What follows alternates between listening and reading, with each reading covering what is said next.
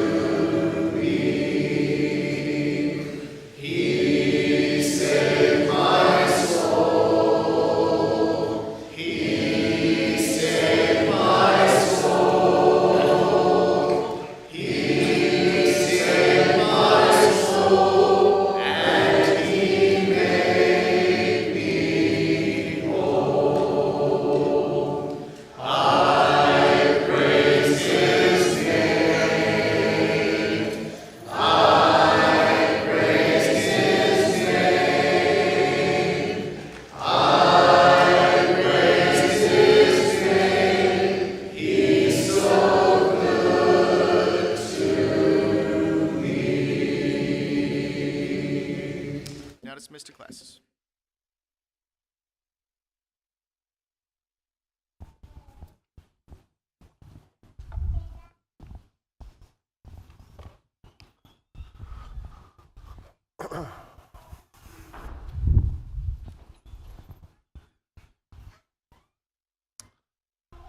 Please be turning your Bibles to Numbers chapter 14, Numbers the 14th chapter.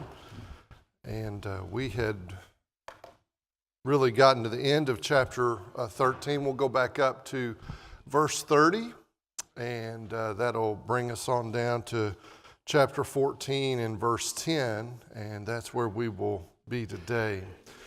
Chapter 13 and verse 30, the scripture says, "Then Caleb quieted the people before Moses and said, 'We should by all means go up and take possession of it, for we will surely overcome it.' But the men who had gone up with him said, 'We are not able to go up against the people, for they are too strong for us.'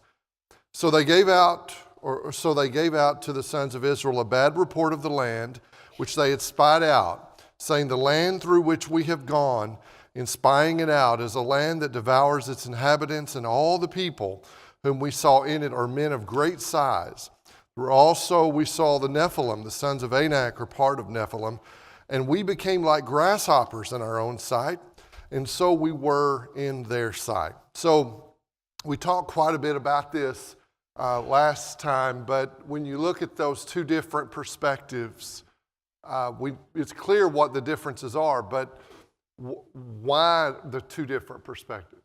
What's the major component here between these? Because you have these 12 spies, you have two that come back and say, "Let's go get it." You have Caleb, of course, Joshua as well. But then you have 10 spies that say, "We're in a lot of trouble here. We feel like grasshoppers compared to them." And even after they hear this speech by Caleb, they're still mad about this and don't want to go. What is the major component? What's the difference in these two groups? Unfaithfulness in God. Yeah. So distrust. So you have those who trust God's promise, and it's not just that they're grabbing it out of the sky. When you think about Caleb, and really this should have been characteristic of all of Israel, if you go back and you look at the deliverance that God had given them, and you see this deliverance from Egypt and bondage and the provisions he's made and that kind of thing, they had every reason to trust God. And the whole point was to go to this land of promise. So it's interesting, if you look through the eyes of Caleb, it's not that Caleb and Joshua were not aware of what these challenges were, but they had seen God be faithful and true to his promise time after time after time. And they knew this was the opportunity to go into the promised land. However, when the other people are looking at it, when these other spies are looking at it, and the Bible describes this as a bad or even evil report. We'll talk more as we progress about why it would be described that way. So it's not just a negative report, really it's an evil report because it's grounded in distrust of God and therefore unfaithfulness to God in really putting their confidence in the Lord. So they're being motivated out of fear and they're seeing only the physical. Caleb and Joshua are being motivated out of faith. They're recognizing what's before them physically, but they know there's a lot more to the scenario, and that is Yahweh, God, and His promise to them and His empowerment of them, okay? So you have chapter 13, and it sets up that difference.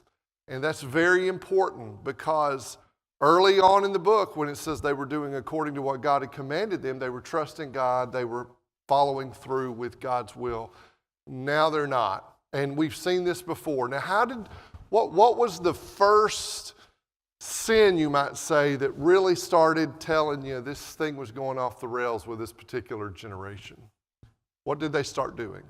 They complained about the food. Yeah, and that seems, you think about that, you go, well, that seems kind of small, but it's really not small at all because underlying the complaint about the food was, again, distrust of God, murmuring, unfaithfulness, a lack of appreciation, and all of that runs together. Okay, so that takes us to chapter 14. Let's read chapter 14 and verses 1 through 10. Carl Hunt, if you could read chapter 14 and verses 1 through 5, and tell you what, Mike Binko, if you would do verses 6 through 10. So this is just going to keep the same theme going as the people are rebelling in spite of the good report by those who had been faithful.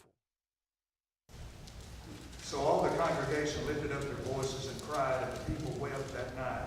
And all the children of Israel complained against Moses and Aaron, and the whole congregation said to them, if only we had died in the land of Egypt, or if only we had died in this wilderness. Why has the Lord brought us to this land to fall by the sword, that our wives and children should become victims? Would it not be better for us to return to Egypt? So they said to one another, let us select a leader and return to Egypt. Then Moses and Aaron fell on their faces before all the assembly of the congregation of the children of Israel. But Joshua the son of Nun and Caleb the son of Jephunneh, who were among those who had spied out the land, tore their clothes, and they spoke to all the congregation of the children of Israel, saying, the land we passed through to spy out is an exceedingly good land. If the Lord delights in us, then He will bring us into this land and give it to us, a land which flows with milk and honey. Only do not rebel against the Lord, nor fear the people of the land, for they are our bread. Their protection has departed from them, and the Lord is with us. Do not fear them. And all the congregation said to stone them with stones. Now the glory of the Lord appeared in the tabernacle of meeting before all the children of Israel. Thank you. So when we go back to chapter 14 and verse 1, notice the language here. The language is that the whole assembly, of course we know who the exceptions would be, but the whole assembly of Israel rebelled and revolted against God. So the whole assembly, for the most part here, is giving in to fear, not giving themselves to faith. They are not trusting God. Now, this will be important, so let's go back. When's the last time we heard Israel talk about Egypt and we'd have been better off in Egypt? Yeah, so this seems to be this is a recurring theme. You're going to hear the same kind of stuff, but it's even going to get more intense in this particular conversation. Now, this will be important, and you'll see why in just a little bit, but when that issue that we studied about the manna came, and they said they wanted a more diverse diet, and they wanted, what did God give them? That's right, He gave them meat. They said they wanted meat, so they got meat. And He turned their request into their judgment, right? It was so much meat. and then there was also judgment upon some. But even then, there was mercy mixed in, because he could have just wiped them out. He didn't do that. So the whole assembly of Israel, they rebel. In fact, it says that Israel wept loudly. This weeping is it's a groaning, it's a complaining. In fact, the text would indicate that they did this all night long. So you can just imagine, I'm sure Moses is going, here we go again. So it's a complaining, crying out of distrust and desperation. And there seems to be underlying this, why has God done this to us? If he's such a loving, merciful God, why has he put us in this particular situation? So they're blaming him for their perspective. And some scholars say all night and into the morning, and so they've heard all of this, and so they had Caleb, who was trying to tell them the right thing, but what they had heard was a speech about how we're like grasshoppers compared to them. Okay? So then, if you look at chapter 14, verses 2 and 3, he shows you what was mixed in with all of this, what they were really expressing. So it says, they lifted up their voices, they cried, the people wept that night. You might say all that night. Verse 2, all the sons of Israel grumbled against who? Moses and Aaron. One of the things about being this mediator of this covenant or this law is you are in between in a lot of ways. So they're grumbling at Moses, but who are they really grumbling at? God. So this grumbling that, it's aimed at Moses and them because God had chosen them to be his leaders, but really God perceives that as not just you grumbling at Moses, you're really grumbling at me. And so you see that there in verses 2 and 3. And they're going to start laying out their case, if you will, as to what is going to happen and how bad this is. And underneath this is God's been unfaithful. Isn't that amazing? They're really arguing God doesn't love us. He's put us in this situation. There's no way this is going to come out good. And so what do they propose that they ought to do? Go back to Egypt again. Now there's a powerful lesson for us here, is often when we become dissatisfied and discontented with God's way and God's purpose and God's provisions, and we start murmuring and complaining and we're hypercritical and nothing's ever right, that is fertile ground for apostasy. That's fertile ground for leaving the Lord. And that's exactly what happens here. And then there's the rebelling against the Lord's guidance and teaching, even those who are in positions of leadership, and even think about it, Moses and Aaron really represent God's organization. They represent God's power. They represent God's presence in many ways because he's working through them. And so by rebelling against that, you see their attitude toward God. So they even say, let's get a new leader. Let's get a different leader, and let's go back to Egypt because, of course, Egypt was so wonderful. Can you imagine if they'd actually gone back to Egypt, what would have mattered or what would have happened? So if you look there in 14:2 and 3, we have this weeping that's mixed with grumbling against God and his leaders. So you have them. And notice it's interesting how the verse does this. It starts out saying they raised their voices. Then it says they wept. Then it says they murmured. And then it says they desired to return to Egypt. I mean, it starts with them just raising their voices, but then it just intensifies and gets worse and worse. And so you see this disposition and this attitude. Anybody have a comment or question? Alan, go ahead. I apologize for the last week. Oh, that's okay. But I think when you look at these two instances, the one with the manna, which was, they were really being called upon at this point in time to do things that were not always real easy. Mm-hmm. And, they were used to variety of the meals and those type of things. And now here, they were a fairly agrarian type people. Mm-hmm. And now they're being called upon to become warriors. Right. And that's a big change that God is expecting of them and asking of them.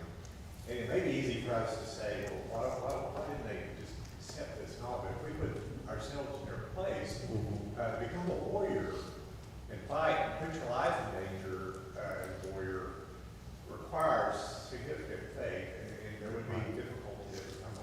Sure, sure. And you can imagine if you'd gone over to, if you're one of the spies, you go over to Canaan and you see Nephilim walking around or anything close to that. Now, the other, I guess the flip side is, and probably how Caleb, and we talked about this part last week, but there's also ready-made houses that they didn't have to build. I mean, there's everything God promised them. Caleb goes over there and Joshua, and they're saying, look at what God has provided. And then others, of course, you can see this massive transition shift. It does make me wonder what they thought was going to happen or what they thought was going on. And maybe they knew, you can know, but when they took that census at the beginning, the whole point in that census was about you're going to fight. I mean, that whole census and who was counted in the first place, not talking about women and children. We're not talking about even the Levites. So we're talking about amassing an army to fight. Now, it's one thing when you're in place here and you haven't even moved yet, and you're organized, you're going, well, that's going to happen. And now we've journeyed far enough. They've had some problems, but now we're about to go. I mean, we're right there geographically, and you go over there and you see who your enemies are going to be. So that's when, you might say the rubber hits the road. That's when you find out who has trust in God. Alan, go ahead. We're called on to do different things that God would expect us to do, and you think, well, we've got faith in God that He will accomplish His intent. But it may have to do with our family, with our children, with our friends, with doctrine, whatever. Right. Sometimes we struggle. Yeah. To have the faith that God will be able to do what He said He would do. Absolutely, that's a good point. And when you think about how God responds, you go, well, God was willing to bring judgment over this manna situation. But here's the deal. What was lying underneath that, He knew they're not going to do what they need to do to go into the promised land if that attitude continues. If the leadership is divided, remember you had the whole situation with Miriam and Aaron, and that gets straightened out. But then you have the people, and there has to be a high amount of trust here to really take hold of this promise that God has in mind. And so you can see now all that's coming to fruition.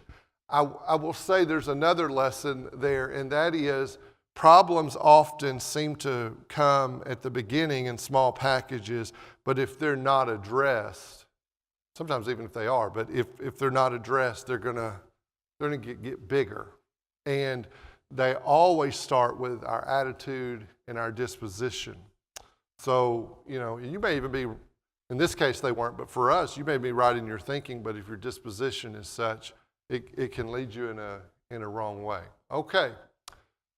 Now, how far do they go with this with the Lord? Well, they even attribute to Yahweh, they attribute to God evil motives. Now, this is interesting because who is it that's given the evil report? It's them. They're the ones that distrust God. They're the ones that have denied faithfulness to Him. He's been faithful to them. But yet they completely get things reversed in their minds and what they're saying. Notice chapter 14 and verse 3, they say, why is the Lord bringing us into this land to fall by the sword? Our wives and our little ones will become plunder. Would it not be better for us to return to Egypt? So they said to one another, let us appoint a leader and return to Egypt. Now, I really want you, and I know I mentioned this, notice verse 3, what they said was going to happen because of God. They said, because of the Lord, this is going to happen. Verse 3, why is the Lord bringing us into this land to fall by the sword? Our wives and our little ones will become plunder. Would it not be better for us to return to Egypt? So just hang on to that. We'll be back there in just a little bit, and you're going to find that something very similar to what occurred before will happen again. Roger. Microcosm of what humanity is in a lot of ways. We forget a lot of things. One, the good things that we had, we don't take advantage of and don't give thanks for it. but also don't remember the things that God punished us for. Because God punished them for their lack of faith. He's rewarded them for being faithful. And they won't go either way. Yeah. They can't, they halter between each one of them. They can't make up, one time I want to be with God, now no, I want to be over on this side. And I think that's right. It is true, and Alan mentioned this, that it does seem like when things get difficult, just generally, we're all that way, but when things get difficult, if there's distrust down deep, it comes out. That's when you find out. And King Saul was that way. If you go back and look at when his greatest sins were and mistakes were early on, even at Gilgal in 1 Samuel 13, he was fine until he was called on to do something that was difficult. And when it was difficult, then he would start trying to rely on himself, and then disaster would happen.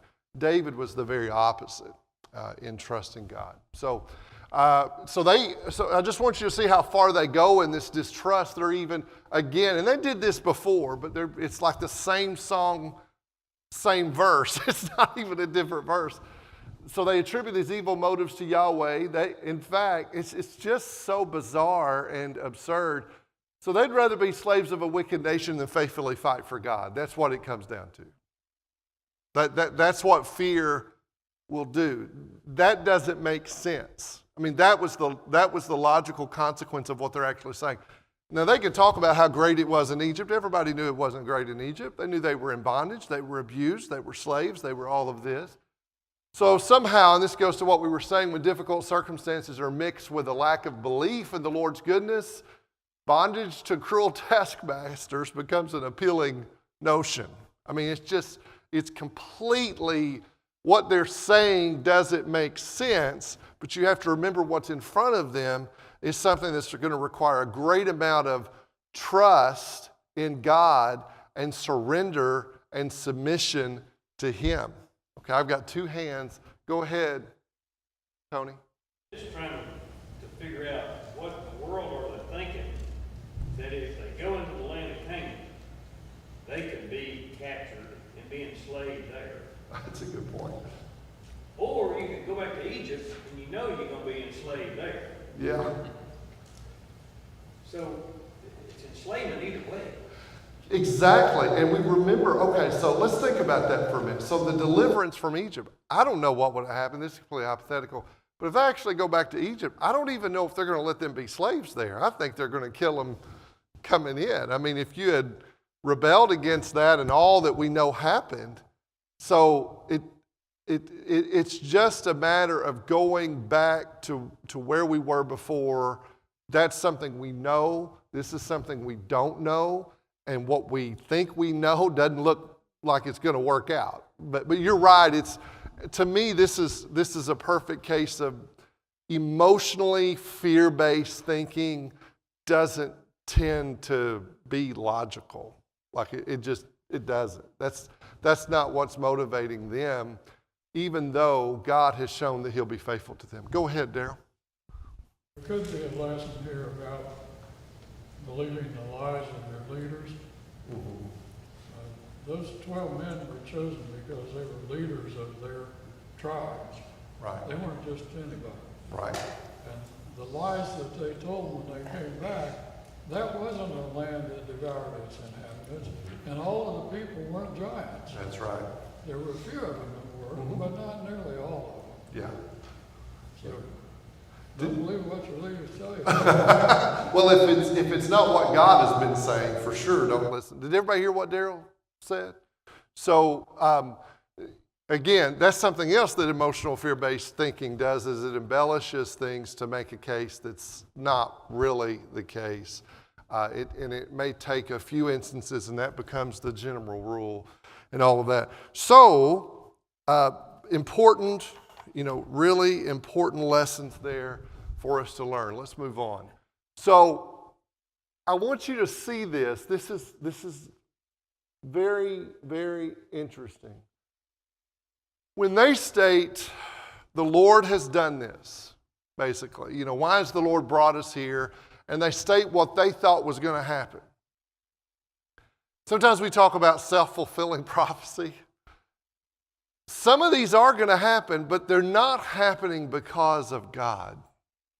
They're not happening because they were faithful to God, trusted Him, went in there, and He failed His promise. Some of these things are going to happen, and really you might argue as a judgment on them, because they were a judgment on them, but it was because of their own unfaithfulness. And sometimes we see God failing us when really God hasn't failed us. We have failed Him, and there are consequences of failing Him. So let's look here. So I want to look at chapter 14 and verse 2. In verse 2, he says, all the sons of Israel grumbled against Moses and Aaron. And the whole congregation said to them, would that we had died in the land of Egypt, or would that we had died in the wilderness. Now that's interesting. Okay, so let's think about what that might connect with. Let's go to verse 29. Later on, and this will be a consequence of the Lord's judgment on them, and we'll talk more about that. But in verse 29, let's read verses 28 and 29. Jacob, can you get 28 and 29, please? What you have said in my hearing, I will do to you. Your dead bodies shall fall in this wilderness, and of all your number listed in the census, for 20 years old and upward, who have grumbled against me. Okay. So they're saying, He brought us over here to die, and He didn't. But now you're going to die. And the reason you're going to die is because of your distrust and your disobedience and your unbelief. This is a perfect case or classic case of getting in your own way. But he said, and notice what he says that Jacob read just then. Those who were numbered, I think the New American Standard Bible says, is that the English Standard Version? And they do a good job of trying to show who we're talking about. Those who were numbered in that census, when they were numbered in that census, that means they were the right age, they were adult men, they weren't Levites, certainly weren't women and children. So the whole point in that is go fight under the banner of your God. Okay. But obviously they don't want to do that. And he says, because of that, those are the ones that will be judged. Look at chapter 14. And let's look at verse 3, chapter 14 and verse 3. Why is the Lord bringing us into this land to fall by the sword? Our wives and our little ones will become plunder. Would it not be better for us to return to Egypt? Well, let's come to verses 43 through 45. Now, Conley, if you could, chapter 14 of Numbers, verses 43 through 45. For the Amalekites and the Canaanites are facing you, and you shall fall by the sword, because you have turned back from following the Lord. The Lord will not be with you. But they presume to go up to the heights of the hill country, although neither the ark of the covenant of the Lord nor Moses departed out of the camp. Then the Amalekites and the Canaanites that lived in the hill country came down and defeated them and pursued them even to Hormah. Okay. So let's say He brought us over here, we're going to fall by the sword. Well, and there's more to this as to why they went. They end up trying to go again. After God says, no, I'm not with you. This is what's going to happen. This is the judgment. They had their opportunity. And so they say, oh, well, we're going to fix this and escape that judgment. And we're not going to die in the wilderness. So we're just going to go anyway. So now they go. And He said, don't go. If you go, they're going to come out. Those Amalekites are going to come out. And they're going to slay you, and you're going to be slain by the sword. Now, what did they say? God brought us over here. No, you did this. This is on you. And again, it's kind of odd. They disobey God initially by not going. We're too afraid to go.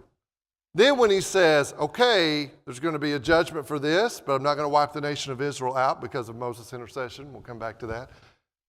Don't go. So He says go, they don't go. When He says don't go, they go.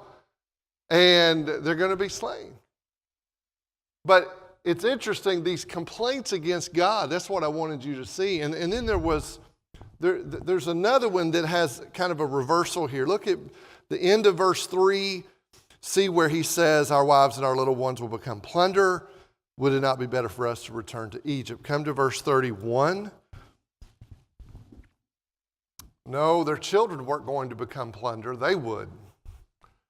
He says in verse 31, your children, however, whom you said would become a prey, I will bring them in, and they will know the land which you have rejected. That's interesting, isn't it?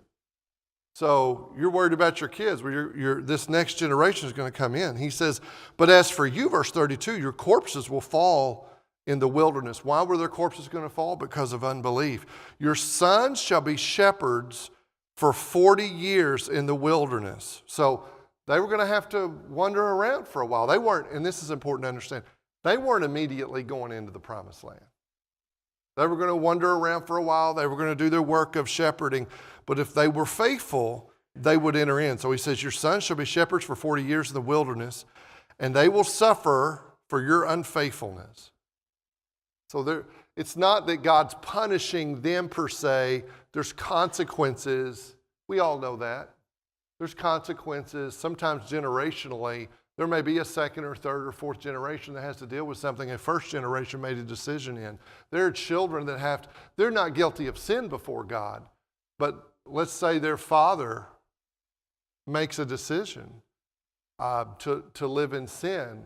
They can overcome that, but they have to deal with that. And if he hadn't made that decision, or if their parents had made those decisions, they wouldn't have to deal with those same consequences. And that's what he's saying. They're going to have to walk around here and deal with this because of your decision.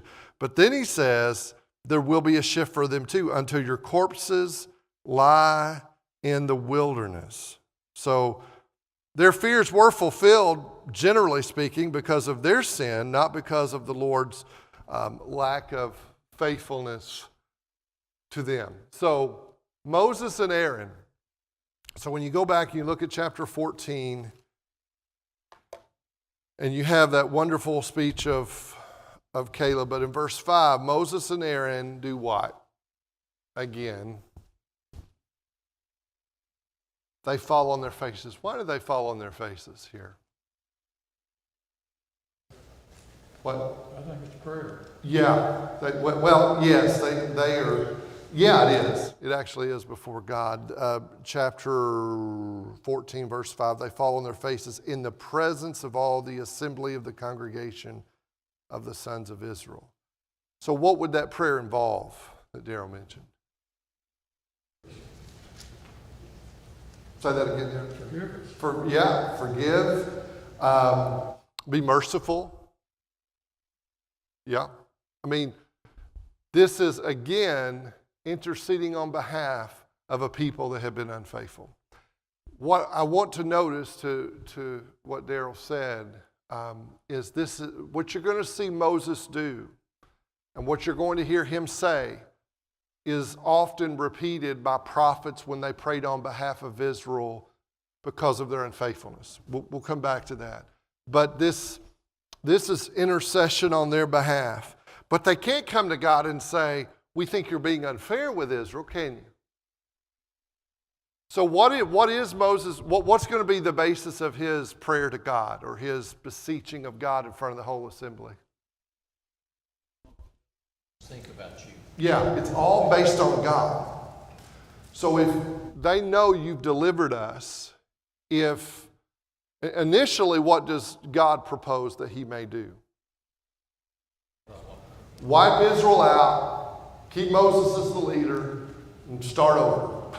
I mean, that's what he says. And Moses says, oh no, don't do that, because if you do that, these other countries are going to say that you couldn't keep delivering Israel, basically. And so this will reflect badly on you. So that has to do with God's reputation. But then what else does he bring up? Not only God's reputation among other nations, what else? What would be the other reason for him to say, God, please don't wipe us out, or them out? Anybody know? Other nations question his power. Yes, Can't do what he should. that's right. So that would bring shame. You're not saying, hey, they bring shame on Israel, because Israel deserves whatever they get here. It would bring shame on God. But not only does he bring up reputation to go with what was said, he also brings up God's character. Look at the text with me for just a minute. So Moses pleads with them. And remember, after Caleb tries to reason with them, they're ready to kill him. But look at verse 10. Then the glory of the Lord appeared in the tent of meeting. Significant, the tent of meeting for all the sons of Israel. So they're about to kill him, and God intervenes. God comes in and says, oh no. And then in verse 11, the Lord said to Moses, how long will this people spurn me, and how long will they not believe in me, despite all the signs which I have performed in their midst? I will smite them with pestilence and dispossess them, and I will make you into a nation greater and mightier than they. But Moses said to the Lord, then the Egyptians will hear of it, for by your strength you brought up this people from their midst, and they will tell it to the inhabitants of this land. They have heard that you, O Lord, are in the midst of this people, for you, O Lord, are seen eye to eye while your cloud stands over them, and you go before them in a pillar of cloud by day and in a pillar of fire by night. Now, if you slay this people as one man, then the nations who have heard of your fame will say, because the Lord could not bring this people into the land which he promised them by oath, therefore he slaughtered them in the wilderness. So it would reflect, as Darrell said, on your power. But now I pray, let the power of the Lord be great, just as you have declared. Now here's the character. So you have reputation with the other nations and countries, but then he says, you've declared this. God had already declared this back in Exodus. He had declared this already. The Lord is slow to anger and abundant in loving kindness. That means faithful love, forgiving iniquity and transgression. But he will by no means clear the guilty, visiting the iniquity of the fathers on the children to the third and the fourth generation. Pardon, I pray, the iniquity of this people according to the greatness of your loving kindness, just as you have also forgiven this people from Egypt even until now. God, can you do it one more time? You've done this. So here's the thing. As we mentioned, there's reputation. What are people going to say about the Lord? What are they going to say about God? But then he also appeals to God. When we're asking for forgiveness, there's nothing we can appeal to except God's mercy, God's grace, God's loving kindness. Now, one of the interesting things about that, he's not saying you shouldn't visit any consequences upon them. That's important. So loving God's grace and loving kindness and mercy doesn't mean this is without consequence. But he's asking that he not wipe them out, and we talked about the reasons why. So God, it says God, he's asking for God to pardon them. Again, pardoning them in this context is not wiping them out. It is showing forgiveness. It is being able to move ahead. So what does God, so God does decide not to wipe the whole nation out. So what does he do instead? The meters are killed immediately. Yes, so that goes back to Daryl's point too. These men weren't just any men, they were chosen. So the spies or the scouts, you might say, that went over there and they came back with this bad report. And there is a lesson here. The others are going to have to wander around for a while before they die. But these leaders, they bear heavy responsibility for what they did because they influenced those people. They came back and gave this evil report of distrust and tried to persuade these people, and it worked with many of them. So he's going to deal with them immediately. He's not going to wipe Israel out, but this generation who had unbelief, what's going to happen to them? They're going to die in the wilderness. Go ahead, Terry.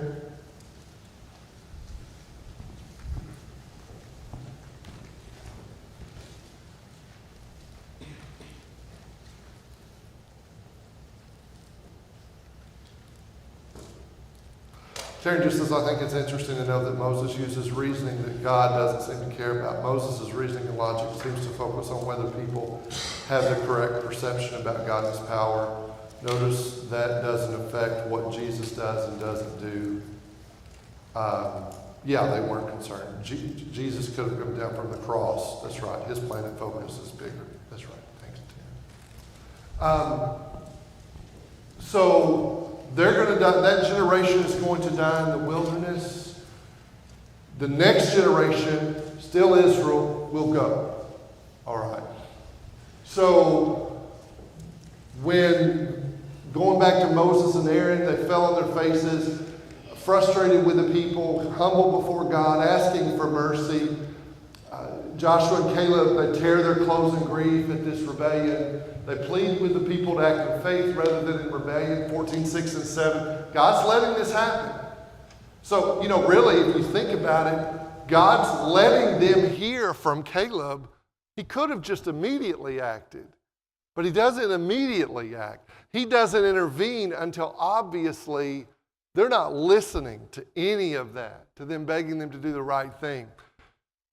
So, one thing I wanted to mention to you is this phrase, good land. It ends up being a name for Canaan that's used throughout the Old Testament.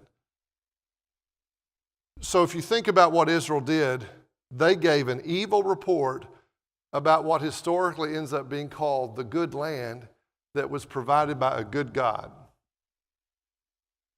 And they're infamous for that. And there are consequences of that. Now, were they people that said there is no God? No. Were they people that were walking in unbelief? Yes, they were walking in unbelief. You'll notice there in chapter 14 and verse 10, it says, the glory of the Lord appeared in the tent of meeting to all the sons of Israel. And that really refers to his display of power and strength. These are manifestations. It's not that he literally, his essence left heaven and came and lived. We know it couldn't have contained God, but he manifested himself and his power and strength as they were rebelling against him. So even though they don't end up going back to Egypt, where were their hearts when they were saying we're going to go back to Egypt, back in Egypt? And God recognizes our motivations as well. And I just mentioned some things to you. It's kind of interesting, some of the language, because I mentioned Canaan, was a land that would devour all the inhabitants, which was quite the embellishment. But this term here, used for the glory of the Lord, this Exodus 24:17 describes it as a devouring fire. That's kind of an interesting play because they're saying, they'll devour us. And the Bible describes God as being able to overcome any of the enemies that might try to get in his way. So he intervenes to stop them. Notice this language before we stop here, that how long will this people spurn me, and how long will they not believe in me despite all the signs? Does that not remind you of what happened with Jesus when he comes here and tabernacles in the flesh? It didn't matter how much he did. So it's the same sort of unbelief. That word spurn, depending on your translation, can be rendered as despised or treated with contempt. And you think, okay, why is the big deal about the land? Why is the land so important? Because it was his covenant promise to them. So it's not just territory. That territory represented his promise that goes all the way back to Abraham. Think about it from God's standpoint. He's been showing grace and mercy, and he gets them right up to the land that he had promised to Abraham. And then they become infantile spiritually and childish and complain and murmur, and they want to go back to Egypt and either die or be slaves in Egypt. So this idea of spurning, it's not just any sin. When you spurn God, it's the idea of a high-handed, kind of deliberate, intentional rebellion against the Lord. And so that's what's going on. We're going to spend a little bit more time in a couple of weeks dealing more with this intercession of Moses. So go ahead and how Israel responds. So if you would, just make sure you read the rest of Numbers chapter 14. Thank you.